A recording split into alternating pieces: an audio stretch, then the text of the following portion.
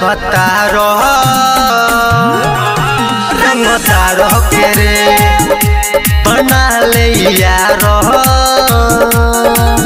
रंगदारो के रे न केहू रोकी रे न केहू टोकी जानी हमर नाम न सोझा खुखी जाने ला जवारो रंगदारो के रे बना ले यारो रंगदार के रे। ब्रांड रिकॉर्डिंग स्टूडियो बसंत बाजार।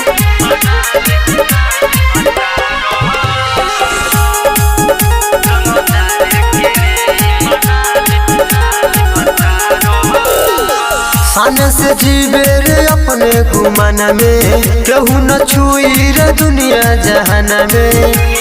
अरे बुझल दमंग है साने से जीवे रे अपना गुमान में केहू न छुई तोरा दुनिया जहान में। मानी ले बात रे धइले हाथ रे मिली न ऐसन मौका रे दिलवा लगा ले रखब संभाल के रे बना ले भतारो रंगदार के रे।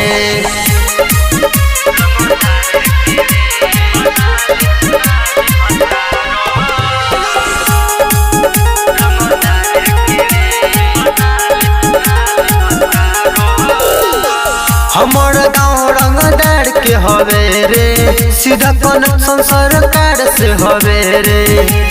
अरे हमके अपना ले राज करवे हमर गाँव रंगदार के हवे रे सीधा कनेक्शन सरकार से हवे रे।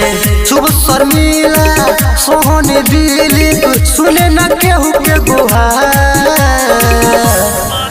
बदमाशी में फेमस बिहार के रे बना ले भतारो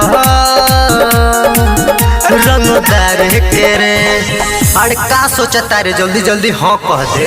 ब्रांड रिकॉर्डिंग स्टूडियो बसंत बाजार।